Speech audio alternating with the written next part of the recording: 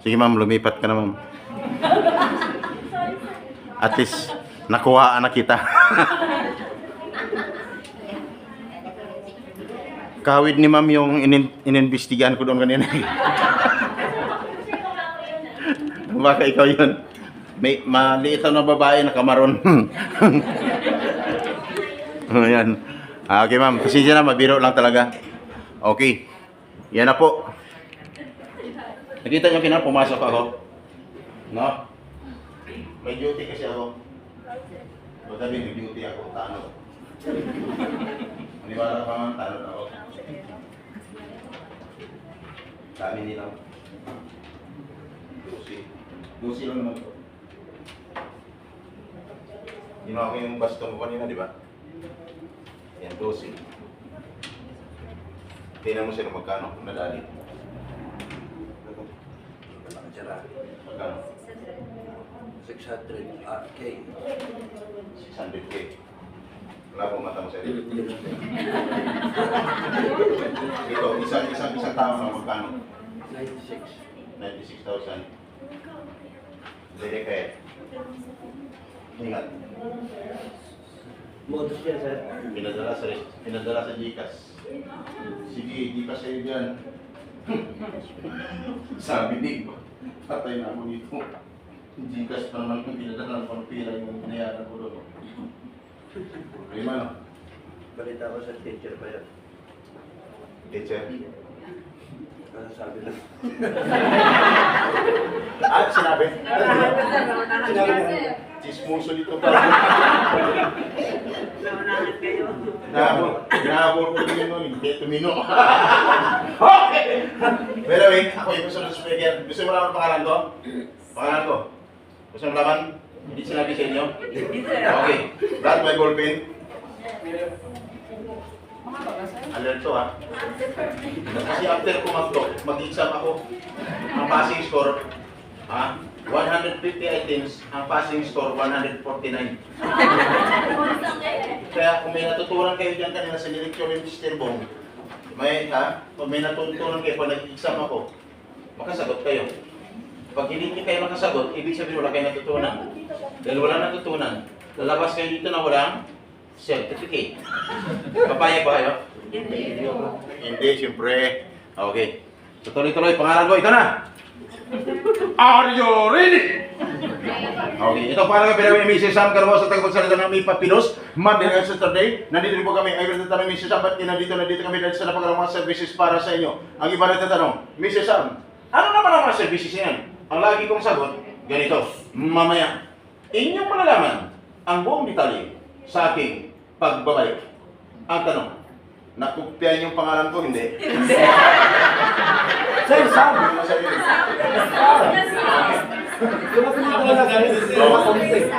Sam. Mabilis ako magsalita at mabagal. Mabilis. Ang tanong, ano ang gusto mo, ma'am? Mabilisan o matagalan?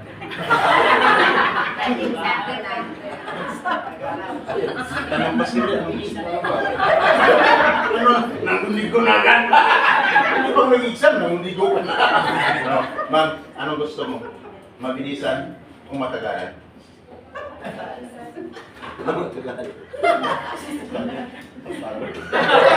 Plastic pa naman.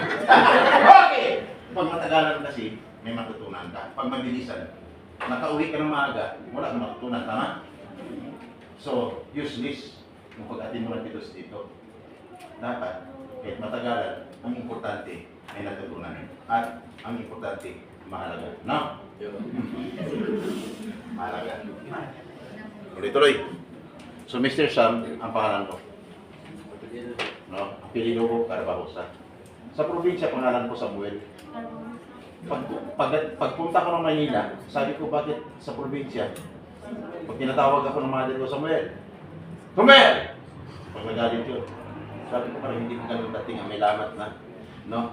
Pag punta ko ng Manila, sabi ko, pagandahin ko. Dito na ako sa Manila, pinaganda ko. Sam. Live it up naman. At least, pinalive it up ko lang, no? Okay, ganun. Dapat kayo mga OFW. Pero huwag mong baguhin yung sa Facebook mo. No? Kasi pag pagbabago ka, pangalan mo totoo, iba naman, hindi naman practice. Nilagyan mo pa doon ng mukha ng kabayo, mukha ng aso, tapos pangalan lang. So mahirap yun, no? Pag may nangyari sa labas sa bansa, mahirap kang hanapin doon. No? Kapag hindi ka na nakita, ang tawag mo ano yun? Missing. No? Papayag ko kayo. Hindi kayo alis para magtago doon. Hindi kayo alis. At pag may nangyari doon, pabayaan lang kayo ng pamilya niyo. Tama, sir? Okay, kaya ako na dito. Just in case of emergency. Ganun, pag emergency, nagsisignal. Kaya concentrate sa mga paratulog dyan, ha? Hindi ko midlet, no? Sir, kayong dalawa, okay lang kayo dyan? Sigurado kayo? Sigurado, bakit kayo nandyan? Sabi nila, kanina ko nilito eh. Diba? Actually, ang unahin bigyan ng certificate mamaya dito sa harapan, no? Within 3 minutes, tapos ang bigyan ng certificate. Hindi pa natapos yan sa kalagitnaan. Bandang likuran. Una ka pang dumating kanina ng umaga. No? Mas una pa rin ang mabigyan sa harapan. So, kung hindi ka na inabot yan, sa loob ng 3 minutes, hindi pa rin bigay certificate mo, balik ka na lang, kinabukasan. Kaya kung may bakante upuan dito sa malapit, lumipat ka na. Lumipat ka na. Okay. Okay lang sa'yo dyan? Bukas na lang. Ako pa naman pag nagbigay ng certificate, sir, ikaw ba to? Tingnan mo na maigi. Pag 3 minutes, tapos maubos ng 3 minutes. The rest, balik na lang kinabukasan. Okay. O, concentrate. Kaya ako nandito. No? Seryosohan to. Seryoso, parang pabiro, pero totoo. No? Parang biro lang, ha?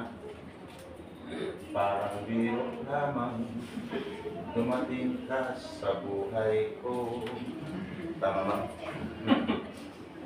Tuloy-tuloy. Sabi nito, bilisan mo na kasi gutom na kami. Sino gutom? Taas mo kamay. Halatado na. Pag mga madaling magutom, dako og tiyan. Ano ibig sabihin nun? Slim body. You know? Yan. Ayan si sir. Madaling magutom yan. Okay, tuloy-tuloy. Kita ka ba dyan, sir? Ah, kita pa rin. No? Kaway lang kayo. Kaway lang dyan, ha? Ay, shout out po sa aking mga mahal sa buhay. Shout out, shout out. Matagal ako nagtatago. Ngayon ako mag-upload ako. No? Okay! Tuloy-tuloy. Mahalagang bagay ang pag-usapan natin. Napakaiksi ng oras ko nakatalaga para sa inyo. Kaya ayaw ko na lalabas ka dito na wala kang natutunan. Ayaw ko na nakatingin ka sa akin, tango ng tango, pero nasisipan mo, anong oras mo kami kawalan dito?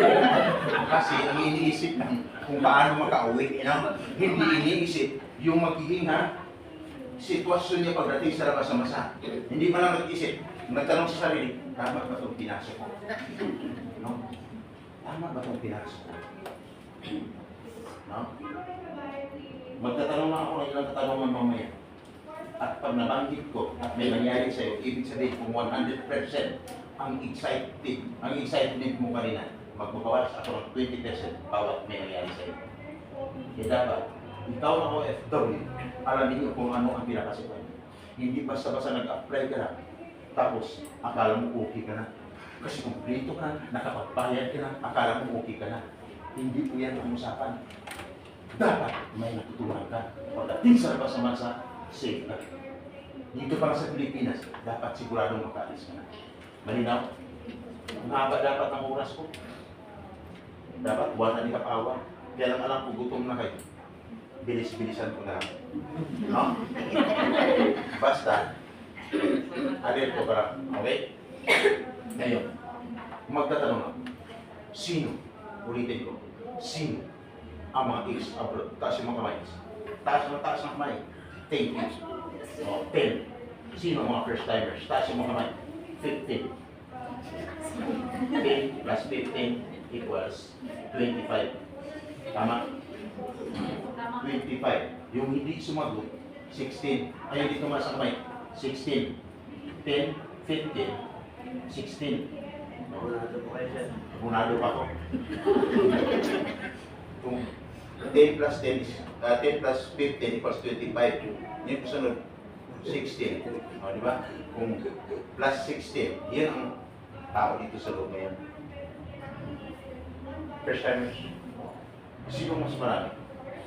Kayo o yung mga ex-abroad? First timers, hindi pa kayo magtataka. Bakit? Kung kunti lang tumaas ng mga kamay ng mga ex-abroad. Hindi pa kayo magtataka. Ha? Hindi ba pumasok sa isipan mo ng ganito? Bakit kayo? Kung kunti lang ang ex-abroad. Kahit araw-araw ka pumunta dito, mag-observe ka lagi. Pag nagpataas ako ng kamay, minsan wala tayong ex-abroad. Wala nang ex-abroad. Sabi niyo, bakit kayo? Ang sagot ng iba, siguro nadala na. Ang iba, no? Hindi pa nakauwi. Pero kadalasan ko siya, ayaw mag-abroad. Bakit? Ex-abroad. Magtatanong na, ex-abroad. Sumigaw kayo ha? Yung pinakamalakas. Yan, malakas ang boses niya kasi mataba. Ex-abroad. Ang tanong, masarap buhay OFW hindi? Yung totoong buhay. Hindi lang yung nangyari sa'yo, nakauwi ka ng Pilipinas. Ang iba paano naman? Masarap na mayroon, sir. Ang sagot mo lang doon, masarap lang o hindi. Nagiging ano ka, nagiging ano to, success ka. Pero sa dinanas mo na sa araw-araw na pagtatrabaho, no? Anong naramdaman mo? Yung napagod ka, nagutom? Ano? Pagod, tapos minsan delay ang sahod. Masarap ang buhay, hindi? Hindi namin. Hindi. First timers. Sabi naman sa abroad, hindi masarap. First timers. Magtatanong lang. Ang tanong, tuloy hindi. Tuloy hindi. Sabi naman, laban lang. Tuloy lang. Di ba? Yan ang buhay OFWs. Lumalaban sa gitna ng hirapan, mga bagong hamon sa buhay, mga pagsubok, no? Talagang nilalabanan. Kaysa Pilipinas, magulo, laban ka ng laban, sigaw ka ng sigaw, wala ka namang patutunguhan, tama? Lalo na ngayon, magmarsyalo daw. Totoo kayo? Papayag ba kayo magmarsyalo? Ha? Bakit? Isa na lang ang mag-ano. Depende, no? May nag-declare naman. I-declare. So ngayon, pag-pray natin na sana huwag kasi yun ang mga haka-haka ngayon. Huwag kasi bakit? Maapektuhan lahat. Kawawa tayo. No? Pag-pray natin, huwag na magmarsyalo. Ha? Ang importante, makaalis kayo, makapagtrabaho sa labas ng bansa. Huwag na sumali sa kung anong kaguluhan dito sa Pilipinas. Kaya kayo umalis eh.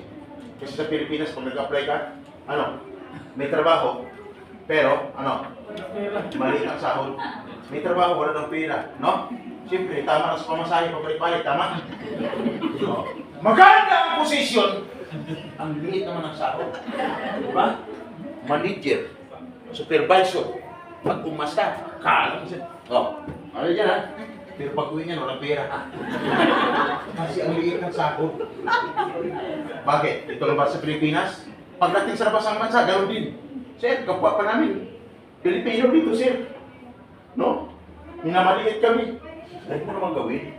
Kasi bakit? Pag uwi mo ng Pilipinas, pareho lang din kayo Pilipino.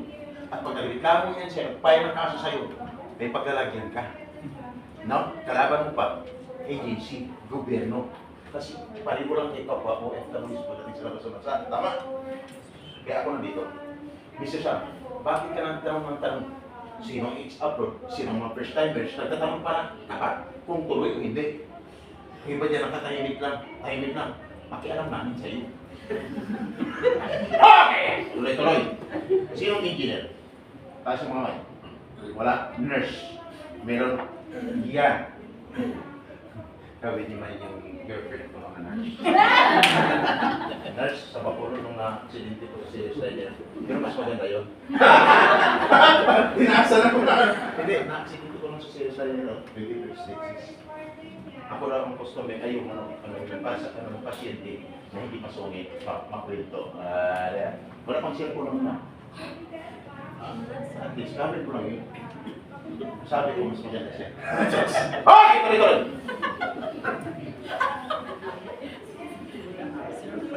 Sino teacher? Teacher, meron? Wala? Ano sabi ka nila? Teacher? Teacher. Hindi sila kung ano sir. Victims of medical problem. Ngayon, sinong ex-abroad na umabot ng 20 years? Sa labas na 20 years? Meron? 15 years? Meron? 10 years? Meron? 8 years? 8 years? Saan kung magpidos ka nung? Saan ka nagpidos? Sa Mali. Yan na. Nakita mo ba ako nung magpidos ka? Nakita mo ako doon sa train? Tama. Hindi mo ako nakita doon. Kasi wala naman talaga ako doon. Okay. Wala ako doon. Ngayon, kamusta pag-abroad mo ng sir? Okay lang naman. Okay lang sir. Okay lang. May naipon. Okay. At ano maganda? Kasi yung iba wala talagang naipon. Nung pag-alis, may asawa. Pag-uwi, sabi ko siya may asawa ka pa rin. Sabi niya wala na. Yo. Bisa sabi niya, bilisan mo ba? Ano ba talaga pag-usapan natin dito? Yan, kasali na yan. More on realities ang pag-usapan natin ngayon. Nabanggit pa ni Mr. Bong, yung mga dos ando sa labas ng bansa, nabanggit hindi? Hindi? Nabanggit. Nabanggit. Yung gumawa ng alak, nabanggit hindi? Nabanggit. Yung naka-holding hands, nabanggit hindi? Hindi po. Hindi? Ba't hindi nabanggit? Napakalaga yun. Yung magkasama lang kayo doon, opposite sex, at pag nahuli kayo, pwede kayo mahuliin, at pwede kayo makulong. At pag napatunayan na nagkasala kayo, na hindi kayong mag-asawa, kasi yung naka-holding hands lang doon, dapat may katibayan, ipapakita na yun, yung marriage of contract. No? Marriage of contract. Na sa katunayan na kayo ay kasal. No? Yan. Pag nakulong kayo, tuwing Friday, may kakibat na 100 lashes. No? May palo. Oh, may palo. Alam mo nga si Sir? Palo nga. Hindi mo alam. Ngayon mo lang alam. Okay? Palo yun. Okay. Anong kaso? Noon. Anong kaso? Sige nga. Anong ulit? Is it relationship or love base? Nakipag-relasyon ka. No? Na sinasabing bawal doon. No? Kasi ang ginagawa mo sa Pilipinas, ginawa mo pa rin doon. Kasi ganun talaga ang buhay mo sa Pilipinas. Huwag mong ulitin pagdating doon. Kasi bakit? Iba ang batas dito. Iba ang batas doon. Malinaw? No? Pag ito ay punta ka lang, bawal. No? Nagpasinyas-sinyas ka lang, bilog-bilog ng daliri, thumbs up, bawal. Nung nakasimangot ka lang, nakaharap sa employer, bawal. Kaya bawal ang simangutin na mukha pagdating sa Chinese country. Kasi malas daw. Yung pahaba ng mukha, bawal din. Bakit? Malas daw. Ngayon, sabi ni Pa, sabi mo. Kasi lalabas na kami dito. Ngayon magtatanong ako, batas ang pag-usapan. Sure na ba kayo? Sure na. Sure na. Ang tanong, sino ang nakapag-sign na ng tatatataas yung mga may nakapag-sign na? No. Hindi, wala ka. Okay, sino ang hindi pa nakapag-sign ng kontrata? 11. Yung hindi tumaas na kamay. Magtatanong ako ulit, anong ginagawa mo dito? Sabi ng iba dyan, ang kulit mo. Seryoso to, tanong ngayon. Mas marami ang hindi nakapag-sign ng kontrata. Ngayon magtatanong, may nais lang akong sasabihin sa inyo na dapat ang isang OFW bago mag-pilos, dapat siya nakapag-sign na ng kontrata. Ano ngayon? Yes. Diba? Ano, sabi ni Ma'am, ha? Sign ng kontrata. Bakit wala? Diba? Okay. Tanggalan na to ng ano, hambog ba? Ano hambog? Sa Tagalog? Guwapo ka. Dapat mapa-first timer, mapa-ex abroad, bago ka magpidos, dapat nakapag-sign ka na ng kontrata. Si Sir, ex abroad to. Pero, Sir, ngayon mo lang nalaman na ganun pala. Dapat nakapag-sign ka na ng kontrata. At dapat wala ka na sa Pilipinas ngayon. At dapat wala ka na dyan sa inuupuan mo ngayon. Sabi ng iba, ano na to? Kung mangyari sa'yo, bawas na yung excitement mo ng 20%. Tingnan natin kung hindi maubos. Ang natira is 80%. At dapat, paglabas mo dito, ilang araw lang, ay flight muna. Yes, sir. Yan ang nasa batas eh. Hmm. Kasi nga, ang isang OFW, wala nag-apply at nadisahan, dapat 60 to 90 days prior. Ibig sabihin, 2 hanggang 3 buwan, dapat wala ka na sa Pilipinas. Sa mga ex-abroad, ngayon yung nalaman, no? Dapat wala ka na sa Pilipinas. Kasi hindi ka lang nakapag-sign ng kontrata, hindi ka lang nakapag-pidus. No? O ngayon, sa mga hindi pa nakaalis, 60 to 90 days prior. Hindi ba dyan umabot ang 10 months? Anong mangyari? Normal lang, bawas naman ang excitement mo ng 20%. Ang natira is 60%. At bakit dapat ka kailangan makaalis? Kasi ang iba dyan nakapagbayad ng placement fee. Tama? Pag nagbayad ka ng placement fee, saang lugar? Sa Jollibee, sa Chowking, sa Macro, sa Max Mall Hotel Restaurant. Sabi ni isa, Sir, sa Gcash. Ayan na. Ayun na. Ayan na. Speaking of Ito. Gcash, ha? Gcash. Gcash.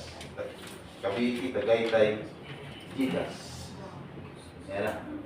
Marami na kinakabahan dyan. Sabi ni ko dyan, sabi ko na sa iyo. Huwag tayo nung palit magbigay sa Gcash. Kita mo sa suite, wala. Pero at least, trabaho rin rin namin. Okay. Kung nangyari sa'yo, hindi dapat sa nabagit ko na dapat sa loob ng agency, tama? Nangyari sa'yo, another 20%. Ang mababawas na natira is 40%. At dapat pag nagbayad ka, ano, mayroon ka kulang resibo. Sabi niba, may report naman ako niya. Pero kailan hindi resibo. Another 20%. Ang mababawas sa excitement mo na natira is 20%. Kaya, kung magbawas pa ako ulit, may matitira, dapat marami pa akong ibabawas. Dapat mayroon ng agency, dapat pag nagbayad ka, may resibo, at dapat, kung ang salary mo, ito na lang, salary mo is 20,000, magkano dapat ang placement fee? Dapat equivalent of 1 month salary. Sabi ni ba, ay bakit sa akin, sobrang laki. Ayan o, 600,000 o. Kasi sa sahod naman o 70 to 80,000.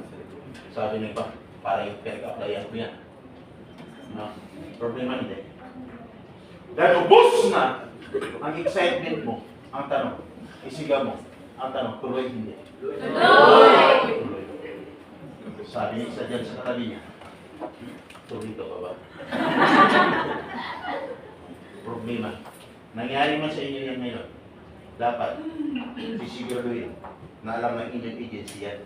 Kasi pag hindi na alam ng agency mo yan, at pag nasalisiya na yung suspect sa labas, madadamay ang agency. Bakit? Ang ginamit ang pangalan ng agency, yung pinag-applyan. Tama? So ingat. I-inform ang agency para hindi naman sila madamay. Kasi, bakit? Anong batas yun? Anong batas ng nalabang? Batas ng Republic Act 1842 of Anti-Illegal Recruitment or 10022 as amended of Anti-Human Trafficking Violation. Malinaw? Habang buhay na pagkabilang mo. Pagdating sa labas ng bansa, may problema man. Kung sinong alam mo sa Pilipinas bago ka umalis, ang i-inform mo ang agency mo, hindi kahit sino. Na? Nung alam mo ng mga sikat. Bakit? Baka mamaya, nagsara ng agency, kaya reklamo mo sa kanila, hindi pa, nasolusyonan ang problema mo sa labas ng bansa. Tama? Ang agency ang may kinalaman sa inyong pag-alis. Kaya i-inform sila ang authorized na mag-deploy ng tao. Sila ang may alam. Paano ka ito sa problema? I-inform ang agency. Pag hindi nyo makontak ang agency, may number ako na bibigay sa inyo. Doon ka tumawag. Hindi yung pinicturan, may pinicturan na dito kanina mga number. No? Na pag tinawagan mo, minsan ang sagot, ang dami no? Ang dami. Ang sagot, the number you dial is either unattended or out of coverage area. Please try and call later. Halos nasiraan ng bayan. Nurse paglagana na doon, na missing na, hindi na alam ng pamilya. Taga ano to, Bicol. 4 na taon, wala nang kontak yung para na sila ang dahil sa problema doon sa United States of America. Amerika yun, hindi Saudi. May nagpalakad-lakad. Mabuti may nakakita, may nakapansin, nakapag-report sa Pilipinas. So anong gagawin? Walang magawa. Hindi naman ano pang dapat gawin. Isang community church, nag-inform sa akin, pastor pa yun, tumawag sa number na ibibigay ko sa inyo mamaya. Nung tumawag, in-advise. Sa US Embassy kayo magpunta para sila ang magtrabaho doon. Pag-coordinate sila para i-rescue yung OFW. Na-rescue, wala pang isang buwan na-rescue na sa Pilipinas, na doon ka, na iuwi na sa Pilipinas, hindi mo kumakausap. Yung number na yun, kumakalat yan, Luzon, Visayas at Mindanao hanggang pagdating sa labas ng bansa. No? At kaya pag tumulong yan, libre ang servisyo. Kakatok yan sa pintuan ng inyong agency, siya ang mag-inform doon, diplomatic way, para maiwasan yung simpleng problema, lumalaki. No? Lumalaki, masyadong magulang pamilya mo, pati ikaw. Pagkatapos magsarang ng igis sa Pilipinas, pag uwi mo, wala ka nang mapapala. Siya po, yung may hawak ng number niya, siya ang kakatok sa agency. At ang kagandaan, pag nasod, libre ang servisyo. Ayos ba? Hindi ka tulad ng abogado, pag humingi ng tulong, no? Bayad ka. Makipag-meet ka lang, bayad ka. Tima ka lang ng illegal recruiter, makipag-meet lang, magbabayad ka. Pag maghanap ka ng mga merienda, dyan libre. No? Ayos ba? Inform agency. Magtanong, sino ang makakausap niya sa number na yun?